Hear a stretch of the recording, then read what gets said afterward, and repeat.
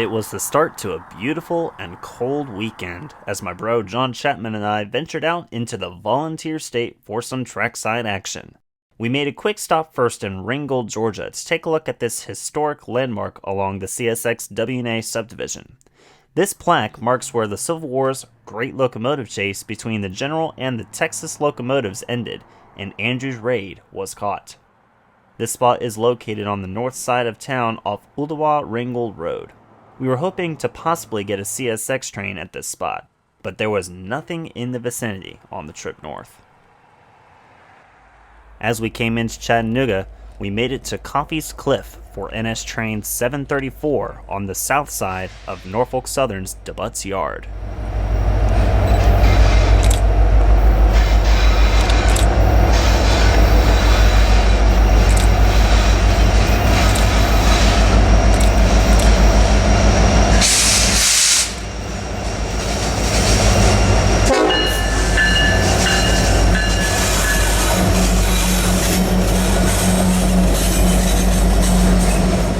734 is a loaded coal train from Powder River Basin, Wyoming to Plant Shear in Joliet, Georgia. This train is handed off to Norfolk Southern from the BNSF in Memphis, Tennessee.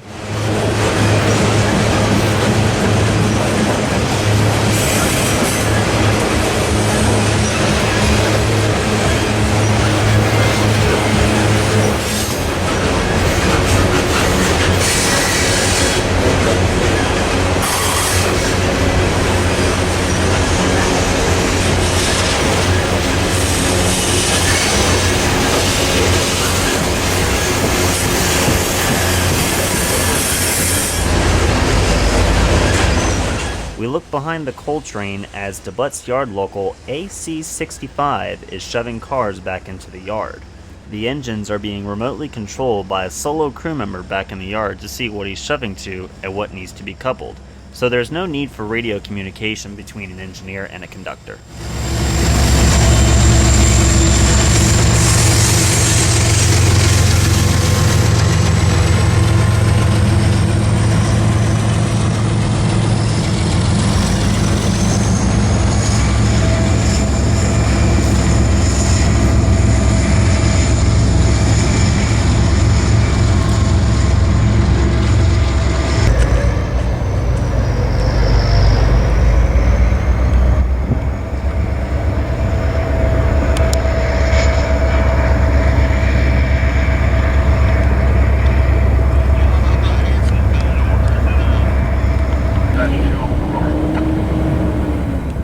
Coffey's Cliff can see a high volume of traffic. You'll see a lot of locals working out of DeButts Yard, including a few mainline trains such as 734. The CSX W&A subdivision is also right next to the cliff.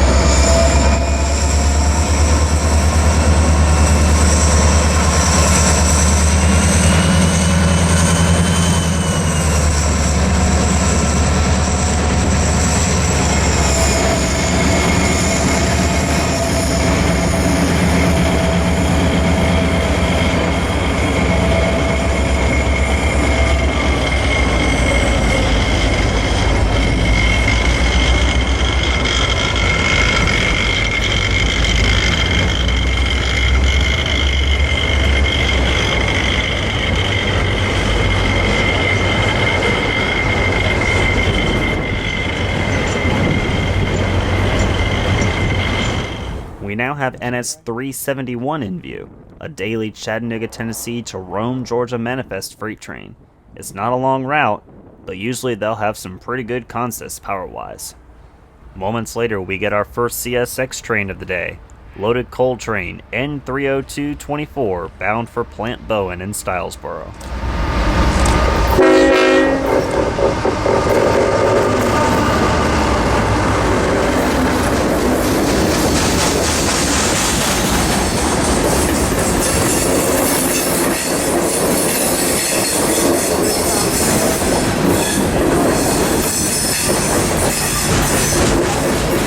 Usually these coal trains will have lots of distributed power, or DP for short. You'll usually find them located in the middle of the train or at the end of the train. This coal train had a mid-train helper.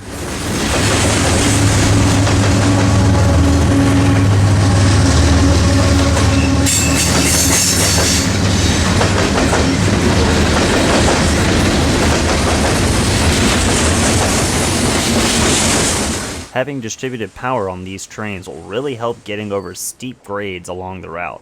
I know especially in the Tennessee and North Georgia areas, some grades are particularly challenging.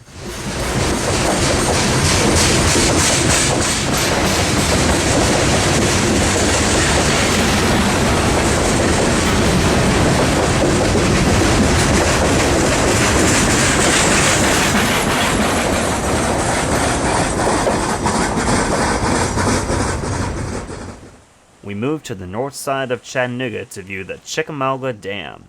This is one of my favorite locations to visit when I make trips up to Chattanooga, because it's located not only along the Tennessee River, but you have a perfect view of Norfolk Southern's C&O and TP route. To my knowledge though, the lift bridge hasn't been operated in quite some time, but a majority of Norfolk Southern's traffic travels on this route. We'll be coming back to this location later.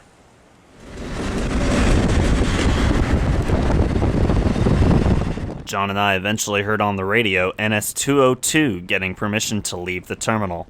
We didn't want to miss this one, so we were put into chase mode as we heard the leader of the train being NS-7298, an SD-90 Mac rebuild, followed by NS SD-60E 6997 and NS-944CW 9469. We had a little bit of a delayed start, but we were able to catch up with it as it was coming into McDonald, Tennessee.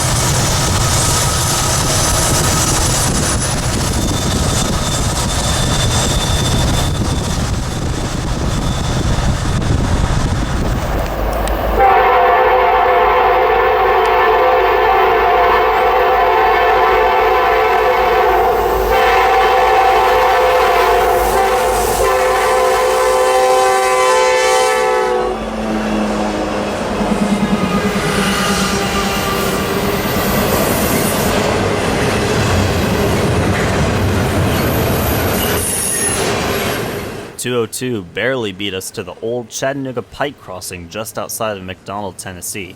The dispatcher told the crew to reduce their speed as they had to meet a westbound at Bradley before continuing east.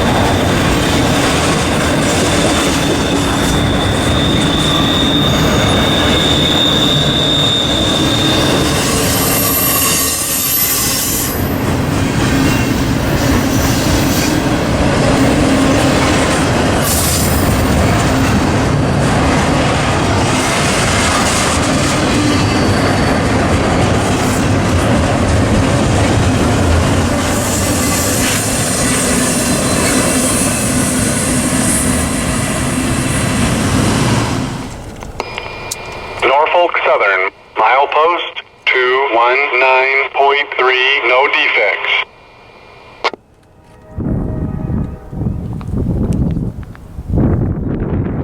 We come up to the city of Cleveland, Tennessee, where Train 202 had to meet Train 15T, a southbound general mixed manifest freight train as it passes Control Point Lyle.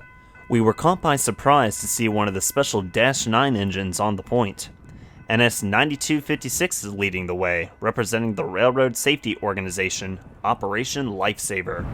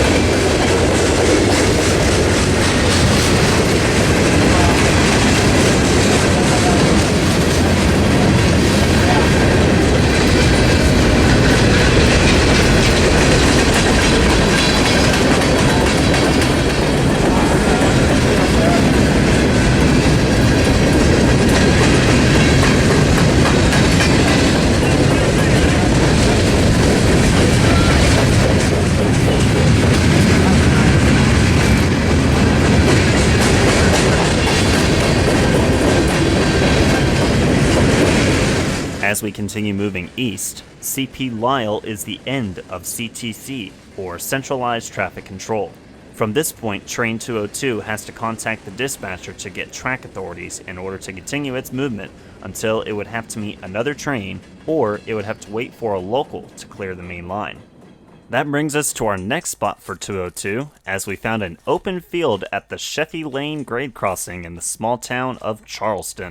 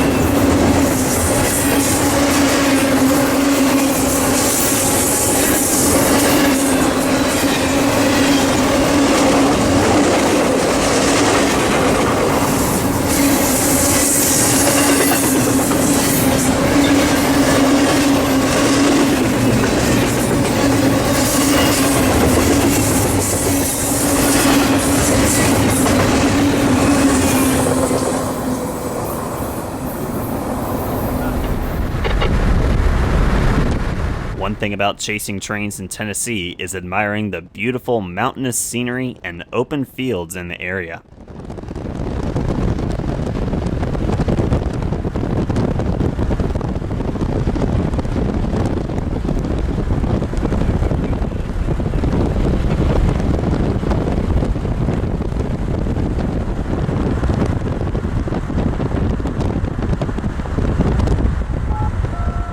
We continued chasing 202 into Athens right as traffic was catching us.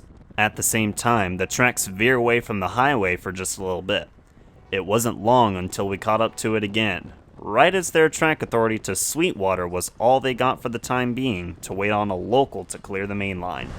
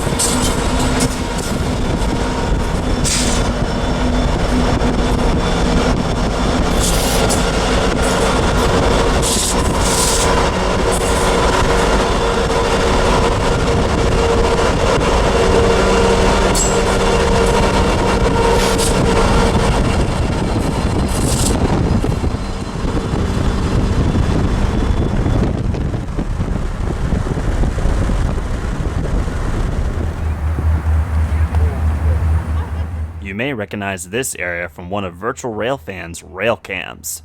Yes, this is Sweetwater, Tennessee, a nice little town. There's not much train traffic, but it's still a good line to watch for trains. We waited a little while until 202 got another track authority to proceed east. This is also where we decided to call off the chase.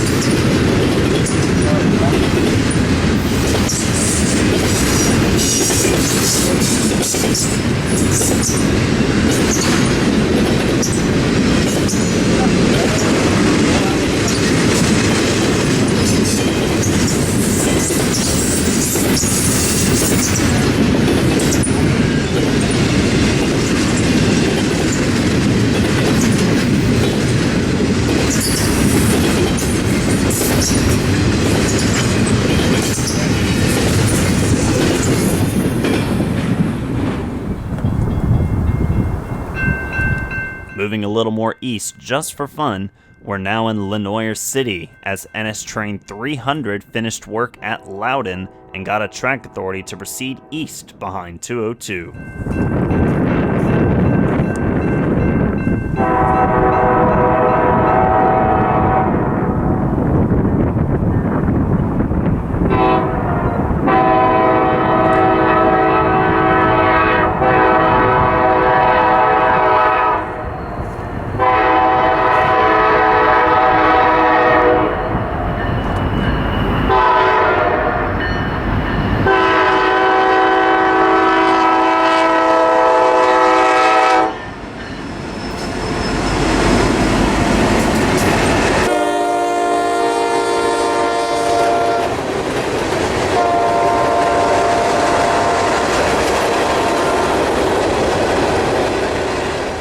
With nothing else lined after 300, we stepped away from the tracks for a while until after sunset, as we heard trains 163 and 165 were right behind each other. We missed 163 at first, but 165 came soon after, and we decided to follow them back west. We got a report afterwards, though, of 165 having PTC issues, so they got stopped, which leads us to chasing 163. Trouble was in store for them, though, as they had a bad car 128 cars from the head end. With that, they had to run a restricted speed of 30 miles an hour all the way to Chattanooga. They were going to set off that car, but it would take hours just to do all of that work, so they took the speed restriction instead. The one good place that I could find to shoot 163 was a gateless crossing, one of my favorite crossings to find, in the community of Tasso, just outside of Cleveland.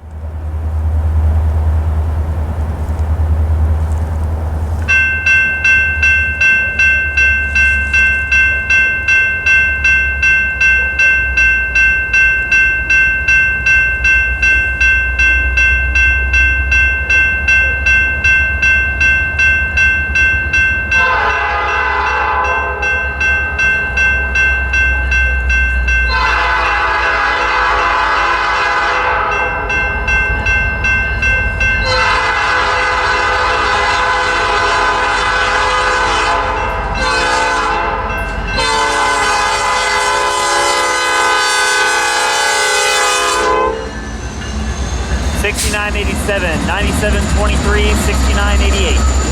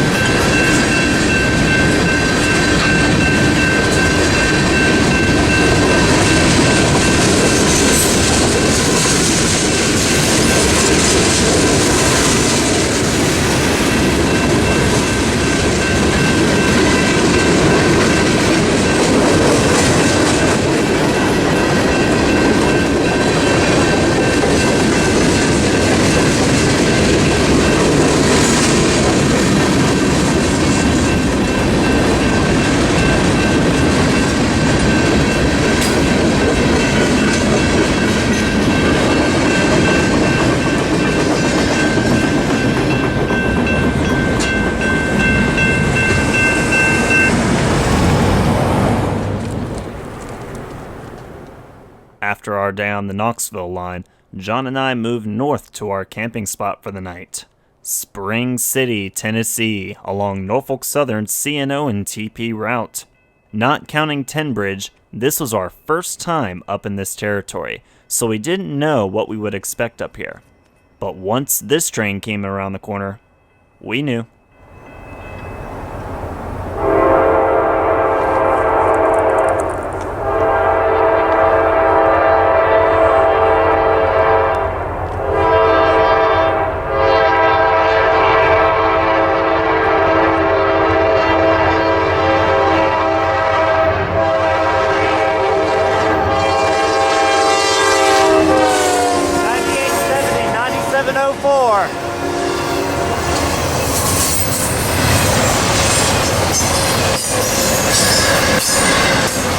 Hotshot Intermodal and Piggyback Train 282 hauls every bit of 60 miles an hour northbound through North Spring City.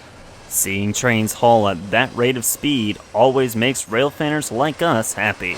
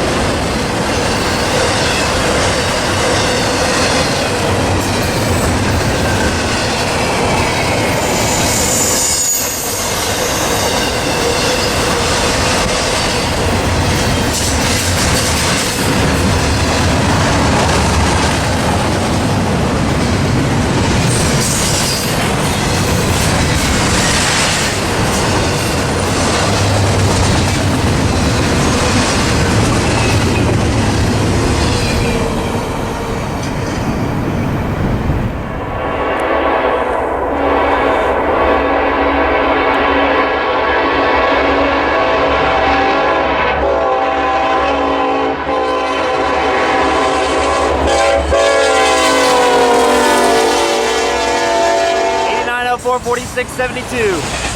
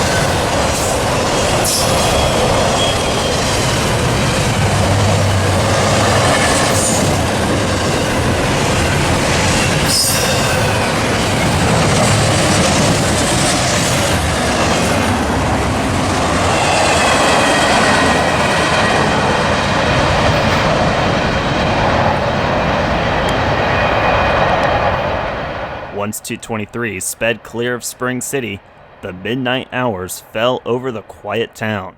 All is quiet until 295 breaks the silence. They were to meet train 61C at the south end of the siding. Although 295 was staying on the main track, 61C was already in the block, so it was going to be a quick meet.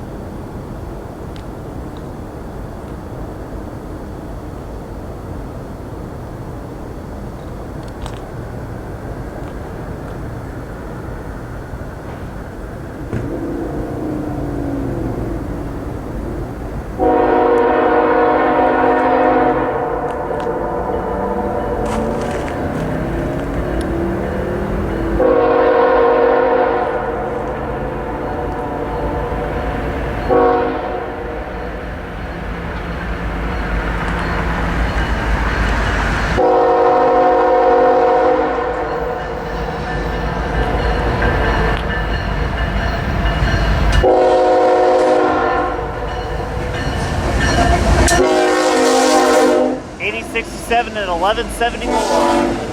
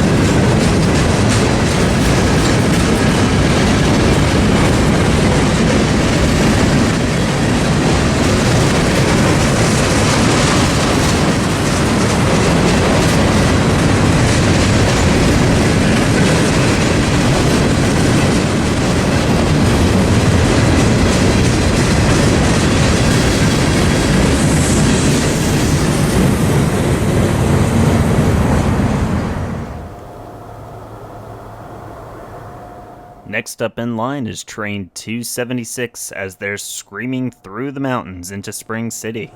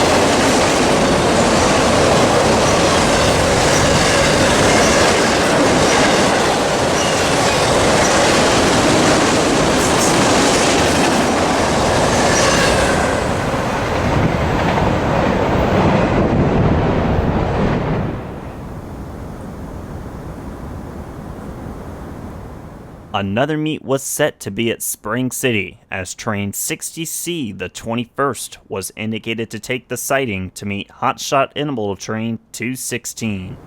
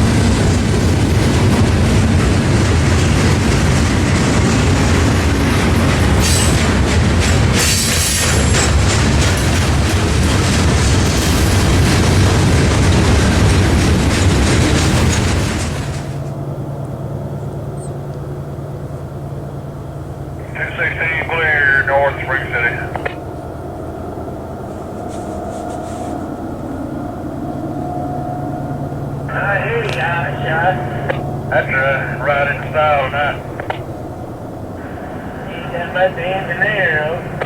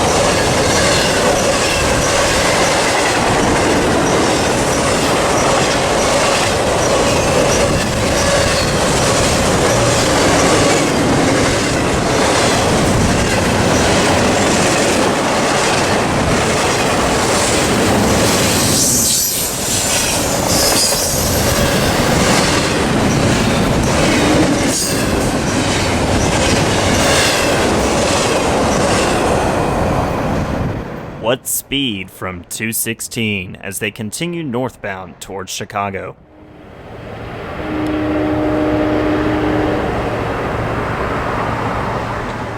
John and I tried to get some sleep in the car. Hours pass, and I wake up to more chatter on the radio from not one, but two trains. Once more, a meet was set timing it perfectly between trains 147 southbound and 224 northbound.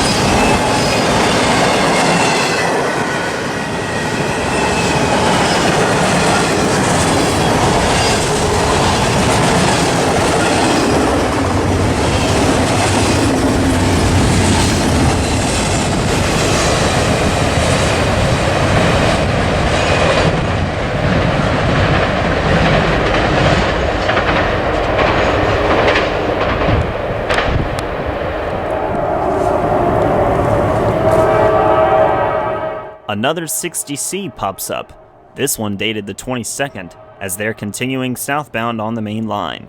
No meat this time.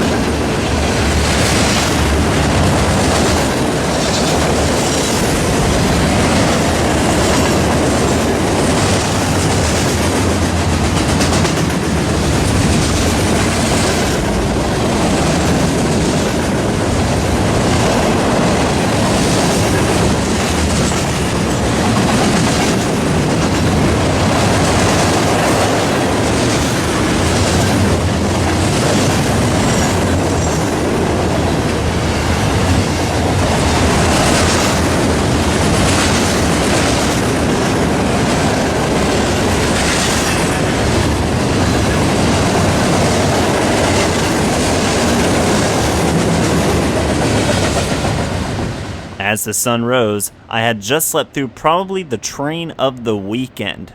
We packed up our stuff and headed south to catch up to NS 56W, a southbound loaded grain train for Albany, Georgia, powered by ex-Conrail 840CW 8316, NS SD60E 6918, NS SD70 ACE 1070, the Wabash Heritage Unit, and NS SD60E 6973. They were going so fast, we couldn't stay ahead of it until it got slowed down coming towards Chattanooga, just before the river. 56W Hanover Road.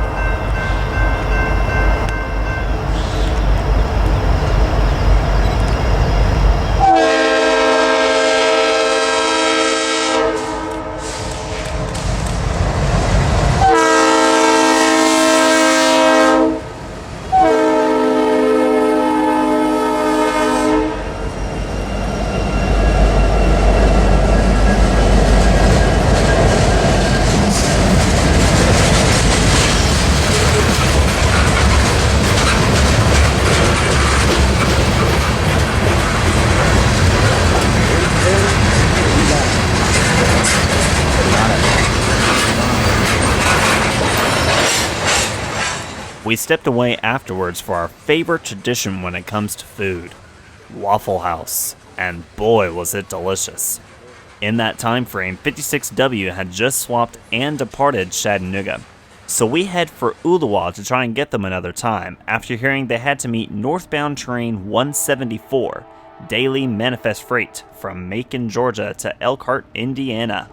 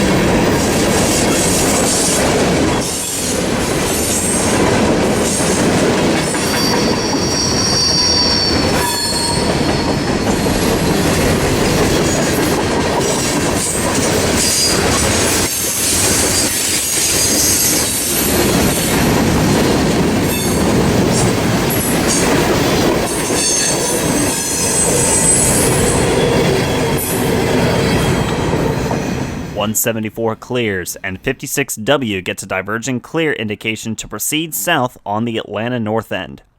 Ooltewah is a connecting point between the H line to Atlanta and the A line to Knoxville. Once 56W notched up, they blow for the crossing with some of the best RS3L horn action I've caught on camera in a long time.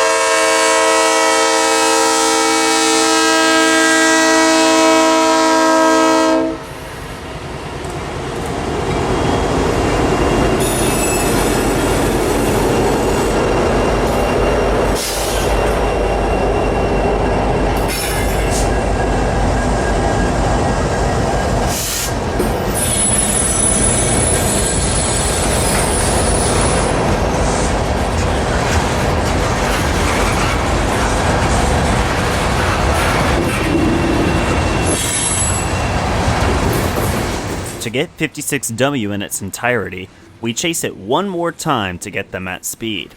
I had to cheat on myself though, as I wanted to keep this trip in Tennessee, but I had to make an exception as traffic was horrible getting out of town. So that puts us just south of the state line in Cohutta, Georgia, as 56W passes us at a faster pace.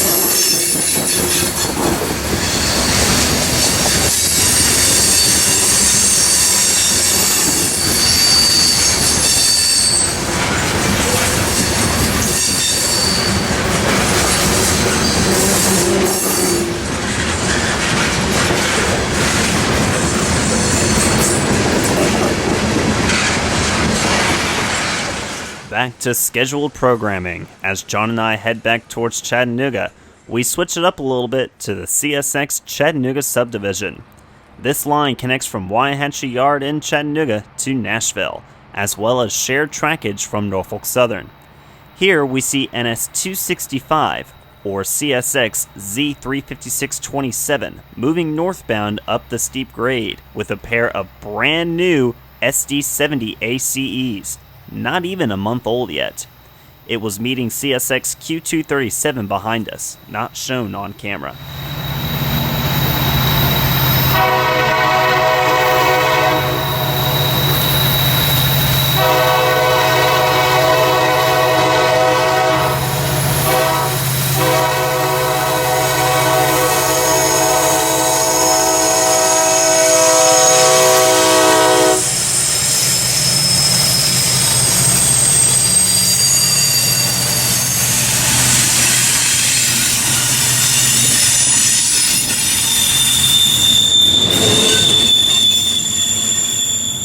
265 only runs 3 days a week, connecting from NS to BNSF in Memphis, and then runs across the country to Los Angeles, California as BNSF QAUG LAC.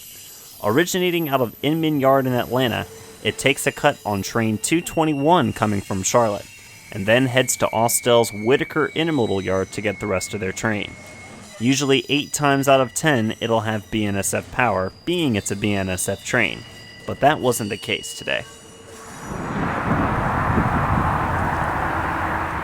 My main goal for being on the Chattanooga sub was getting a train passing by Naked Jack Lake, as you can see trains coming from miles moving northbound. Being 265 was moving slow enough, we moved to that very spot. Not the spot I was thinking of off the bat, but this would have to do.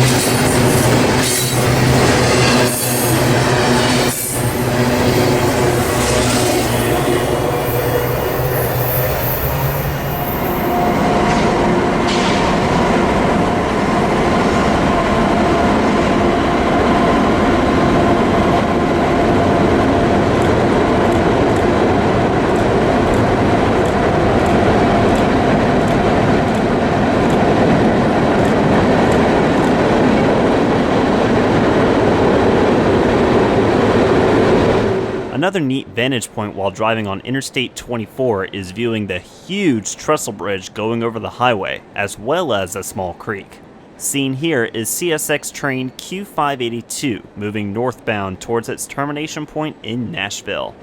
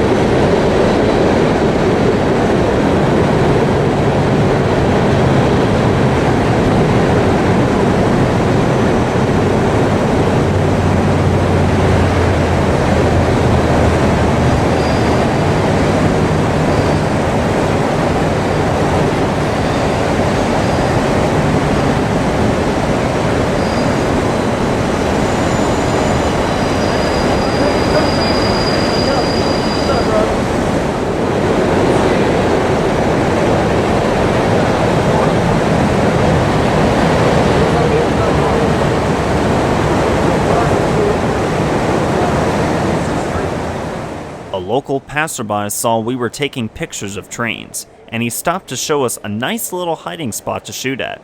Oh yeah, it's hidden alright. Right off the side of the road, there's an old railroad tunnel, of course no longer in use, but still representing its historic look. You gotta be careful though, because you'll miss it by the blink of an eye. This tunnel was originally used by the Nashville and Chattanooga Railroad in the 1850s, but was then bypassed in 1911 due to the failure of keeping rock and dirt slides from covering the tracks. The double-track main was then added during the L&N days before CSX bought it out, and is still in use today. At the OOJ 139 milepost, we wait for CSX Q143 as they slowly creep their way around the mountain towards Waihatchee.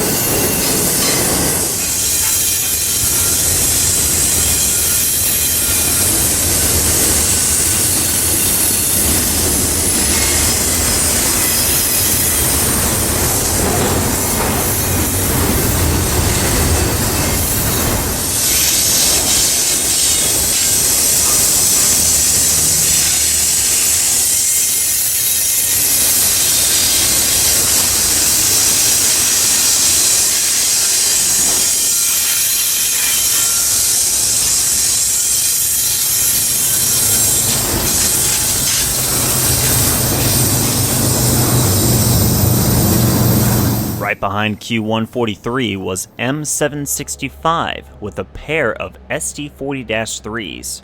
M765 is a Widows Creek, Alabama to Waihatchee, Tennessee turn.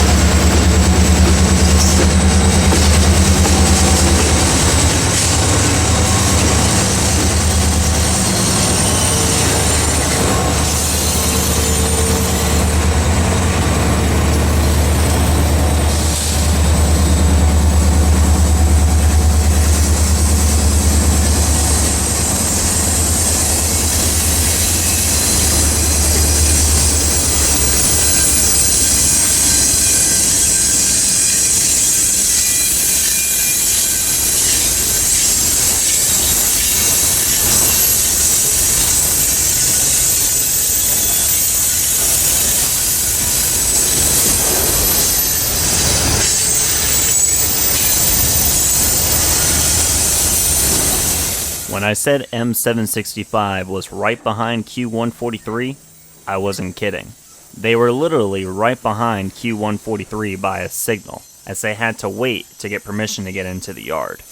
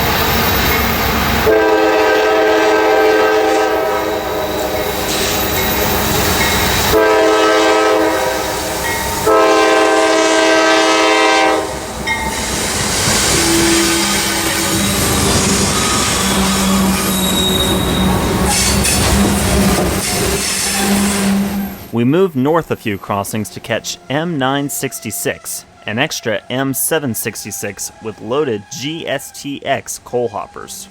Listen as the train puts on their brakes and slowly comes to a stop on the mountain grade.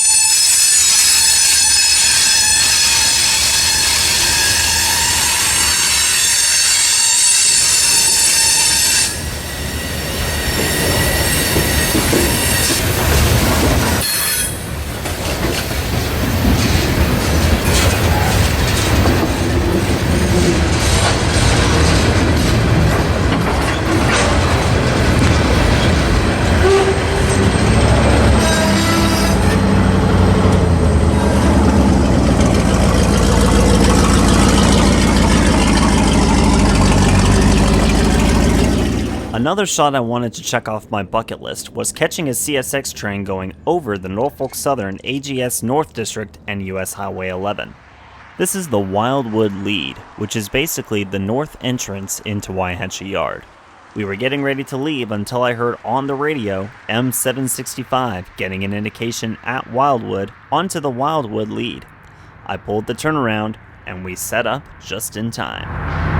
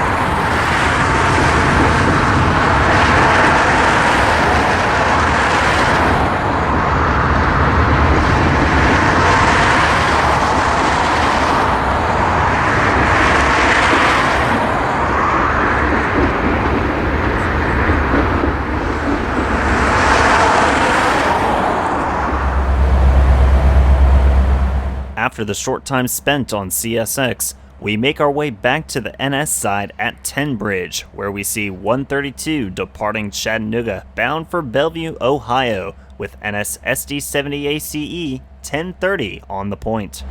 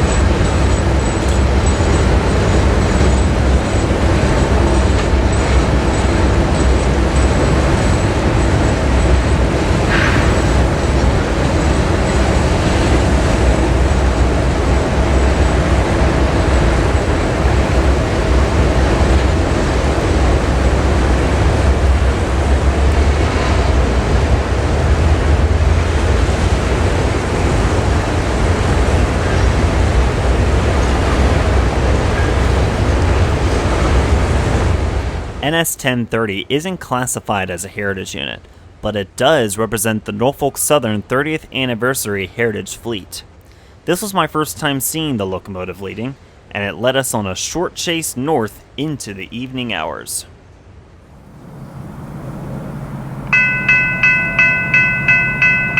We found a gateless crossing in Sail Creek as we stayed ahead of 132.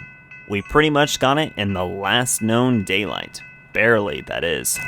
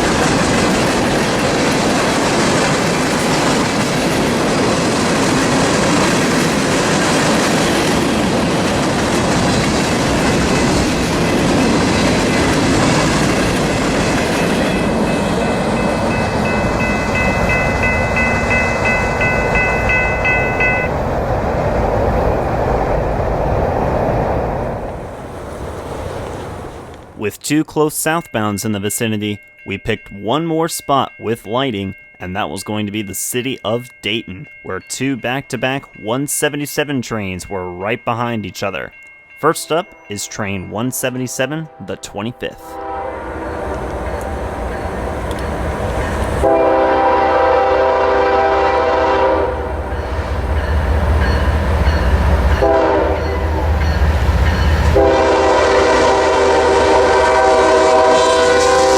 '75, 32, 74, 58.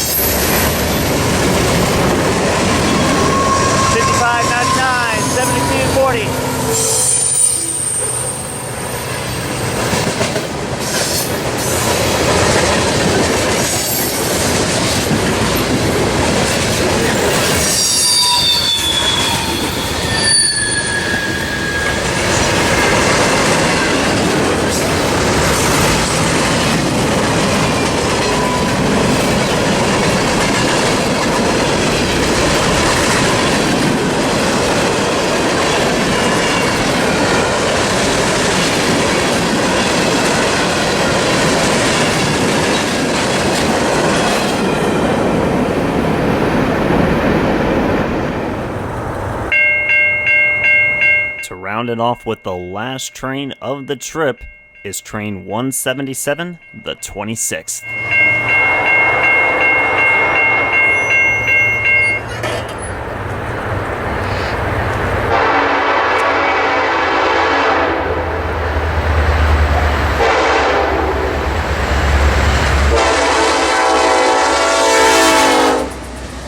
And 9092.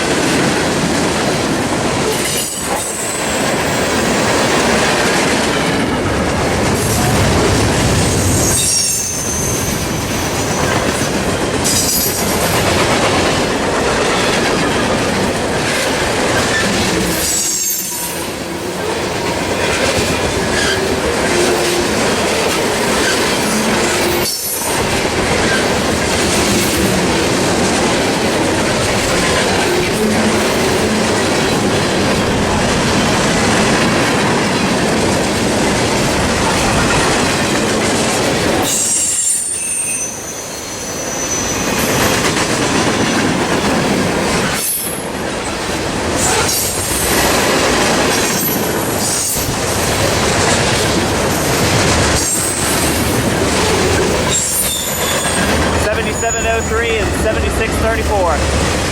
And that wraps up another successful weekend, exploring new territory, chases, and full of fun with my bro.